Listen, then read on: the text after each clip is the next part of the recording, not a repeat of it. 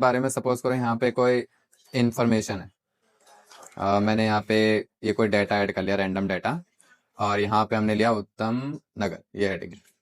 ठीक है, फिर ऐसे सेकंड पेज पे चलता हूँ मैं, यहाँ पे गया और कोई अदर इन्फॉर्मेशन बनाया। ठीक है, जैसे बुक में होता है ना, हम कंटेंट का बनाते हैं, ऐसे किसी फाइल का भी आप बना सकते हो। तो यहाँ पे गए और यहाँ पे हमने लिखा फिर जनकपुरी, और यहाँ पे भी हमने क्या किया, ऐसे ही कोई रैंडम डाटा ऐड कर लिया। तो ऐसे जितने भी आप डाटा ऐड कर लो, जितना आपको बनाना है। अगर आपको लगता है कि जैसे किसी भी कंटेंट पर मुझे जंप करना है, जाना है, तो उसका एक रेफरेंस ऐड कर लो। कैसे सेलेक्ट करना है? ठीक है, सेलेक्ट करने के बाद बुक मार्क में जाना है, और ये लिंक का जो नाम है यहाँ पे टाइप कर लो आप। जैसे मैंने बोला ये उत्तम नगर के नाम से आना चाहिए, बट इसमें एक प्रॉब्लम है। देखो अभी यहाँ पे ऐड ऑप्शन दिख रहे हैं, जैसे स्पेस दूंगा यहाँ पे और फिर लिखूंगा तो ऑफ हो जाएगा वो। तो इसके लिए क्या करना है, आपको अंडरस्कोर यूज करना है। ठीक है, तो यहाँ पे गए, यहाँ पे हमने लिख दिया जैसे उत्तम नगर, ऐड किया रेफरेंस को। ऐसे जो दूसरा रेफरेंस है उसको भी सिलेक्ट करो, जैसे ये जनकपुरी वाला है, बुक मार्क में जाओ और यहाँ पे उसको ऐड कर लो। ठीक है, अब आपको पता है स्पेस है तो क्या करेंगे, अंडरस्कोर यूज करेंगे। ठीक है, यहाँ पे से ऐड कर लो। चलो जैसे ऐड कर लेते हो दोनों ऐड हो जाते हैं। अब यहाँ पे आना। आप देखो एक तरीका तो बुक मार्क में डायरेक्टली जंप कर सकते हो, जैसे उत्तम नगर का कंटेंट चाहिए आपको, गो टू करो, वहां पे जंप कर जाएगा। ऐसे जनकपुरी वाले डेटा पे जाना है, गो टू करो, हो रहा है ना, तो यहाँ से हम जंप कर सकते हैं। अच्छा दूसरा, उसके बाद क्या है कि आप इसे अलग से एज ए लिंक यहाँ पे इंसर्ट कर सकते हो। कैसे, हाइपर लिंक में जाओ, यहाँ मिलेगा प्लेस इन दिस डॉक्यूमेंट। अब क्लिक करो, जैसे उत्तम नगर का रेफरेंस चाहिए, ओके करो।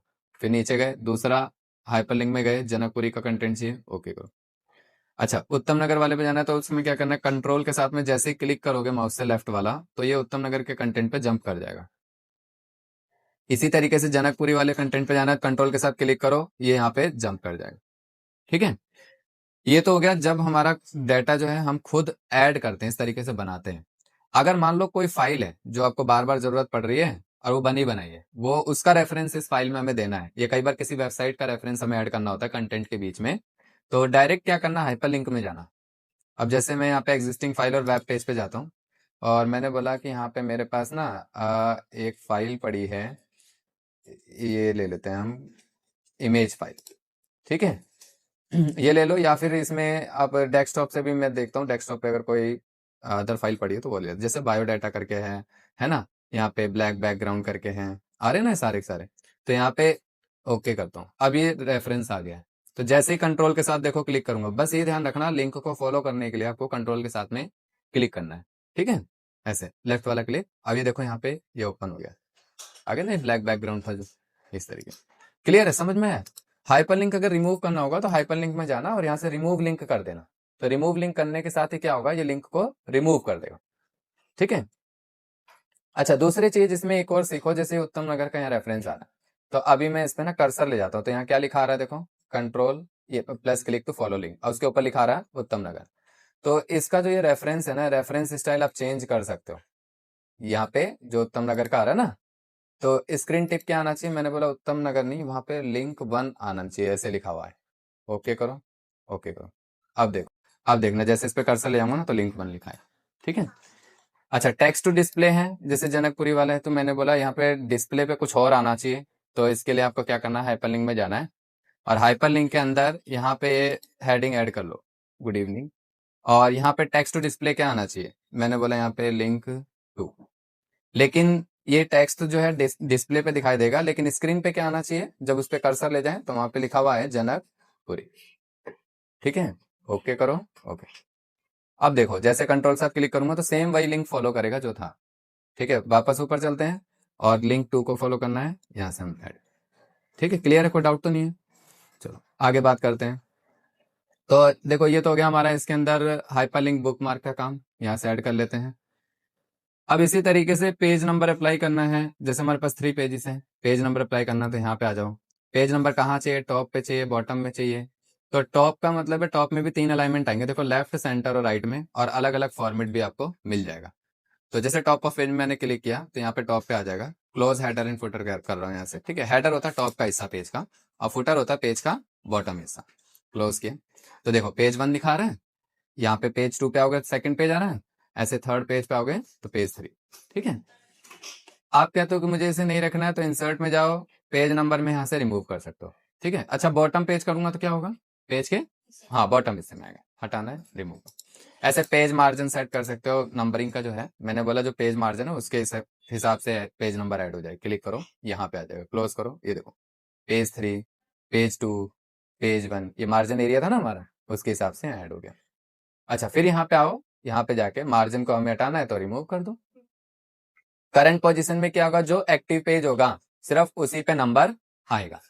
ठीक है, अब फॉर्मेट पेज नंबर में क्या है, आप पेज नंबर का फॉर्मेट यहाँ पे चेंज कर सकते हो। जैसे यहाँ पे गया, मैंने बोला मुझे अल्फाबेट में सेट करना, ठीक है, ओके करो। अब यहाँ पे आप देखोगे ना, तो जो पेज नंबर अभी नंबर में आ रहे थे वो अब किस में आएंगे, अल्फाबेट में आएंगे। देखो आ रहा है ना, थर्ड पेज था तो सी लिखा आ रहा है, सेकंड पेज है तो बी, और फर्स्ट पेज है तो ए।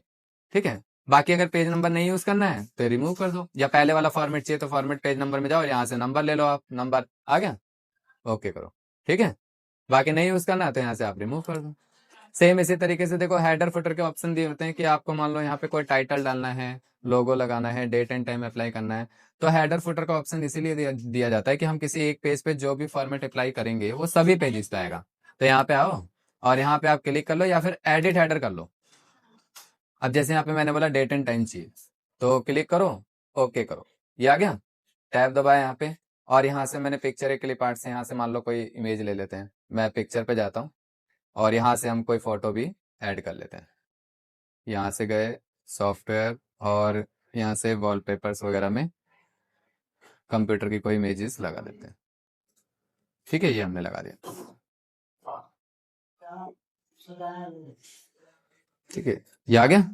अच्छा अब इसको ना थोड़ा सा हम क्या करते हैं, इसको छोटा कर लेते हैं पहले इस तरीके से, या फिर आप फॉर्मेट में जाके यहाँ से भी कर सकते हो। ठीक है, तो पहले मैं टैक्स रैपिंग में इन फ्रंट ऑफ टेक्स्ट कर लेता हूँ, अनलॉक करते हैं ऑब्जेक्ट को, और यहाँ पे हम साइज डाल देते हैं फोटो का, कितना रखना है। हो गया। अब इसे आप कहीं पे भी लगा सकते हो, मैंने बोला यहाँ रखना है। अब नोट करना, आप डबल क्लिक करके मैं यहाँ क्लिक करता हूँ, ये जो हमारा डेट है प्लस में यहाँ पे लोग आ रहा है, ये देखो सभी पेजेस पे आ रहा है, पेज के टॉप।